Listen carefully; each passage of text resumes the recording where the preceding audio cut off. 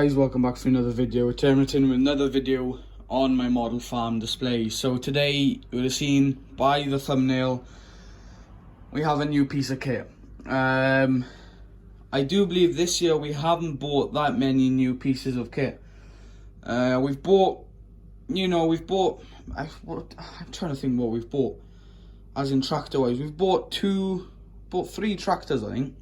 We bought the 398, the 3120 and the case. And as in new pieces of kit, I think square baler and maybe the fert spreader, the Vicon fert spreader. I think that's the only pieces of kit we bought, 2 pieces of kit. So it's and obviously we spent a lot of money on a few tractors and stuff like that, getting rid of a few.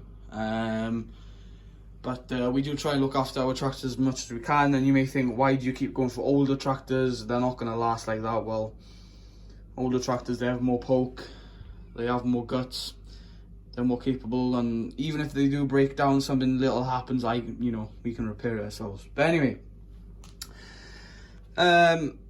so we'll start off with the Ford 7010 is packed up in the shed there with the spearhead hedge cutter. We moved her back in there. We have got the flails repaired and the bolts and stuff repaired. So she's just packed up there. We are going to be washing it very soon, as we have no use for her anymore on the farm. Here we've got the Daichi on the bucket. The Daichi's just dropped off a bucket load of dung to a person that has a garden, and he does gardening, and he plants potatoes, carrots and a few other things, quite a few things actually, beans, stuff like that. So he asked me for a bucket load of muck for it to rot down through the winter time. So we delivered that in the Daichi, and because the 6125R, she's back on the McHale bell spikes and is taking a bale of silage down to a horse person. The person asked, do we have hay? And we were like, no, but we have, you could say, haylage. And I sent a few pictures of some bales, our bales this year, and it's literally like hay. And obviously horses don't really like silage that much, and she'd prefer hay, and she was happy enough with it. And I told her, if you don't like if the horses don't eat it or whatever, we'll come and pick her back up and we'll feed it to our cows. So so we're taking a bale down to her. You can see that's how many bales we have left. We told her, we don't have many left. We can give you a few, but can't give you too many because we'll need some ourselves maybe. And obviously the new piece of kit on the farm, boom, here she is. MCConnell hedge cutter. It's a very, very expensive addition to the model farm. It costs quite a bit, but I'm very happy with it. And trust me, there will be a review coming up very soon of her. And she's on the 7430.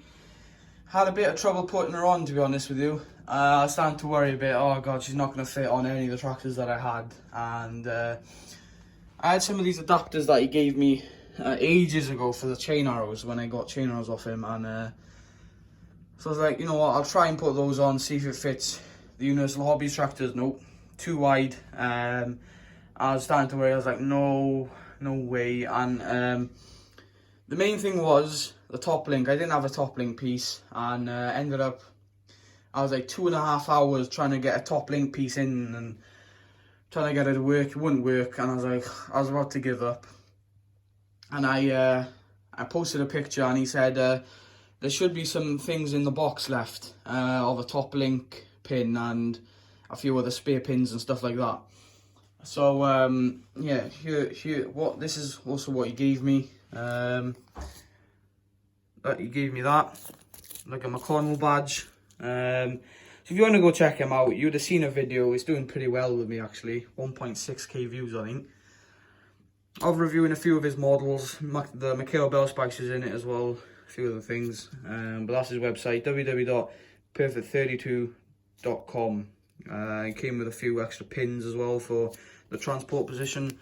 And he said, yeah, the thin pin, the nail looking pin is the top link pin.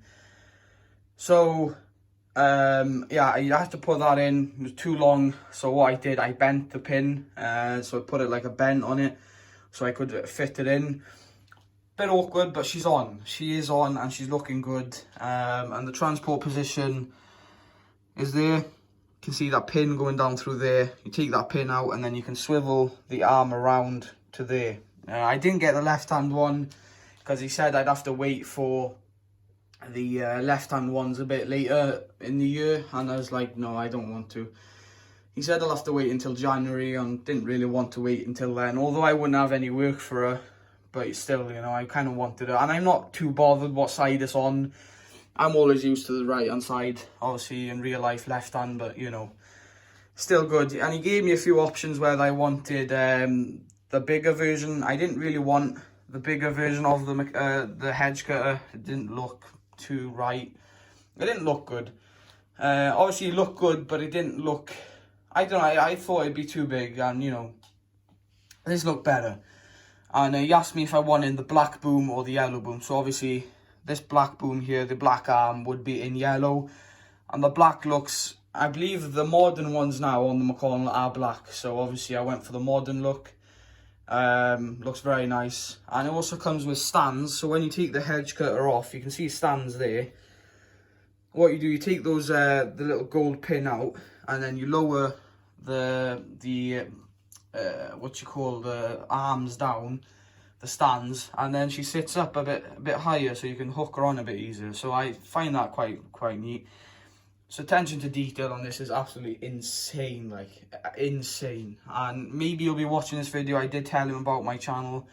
I did a video on some of his stuff, so hopefully, you know, you'll watch it. But if you are watching, thank you very much. You know, you've done a great job, I have to say, and I'm very pleased with what I've had. Honestly, it looks a lot better in person. With pictures he sent, looked absolutely amazing.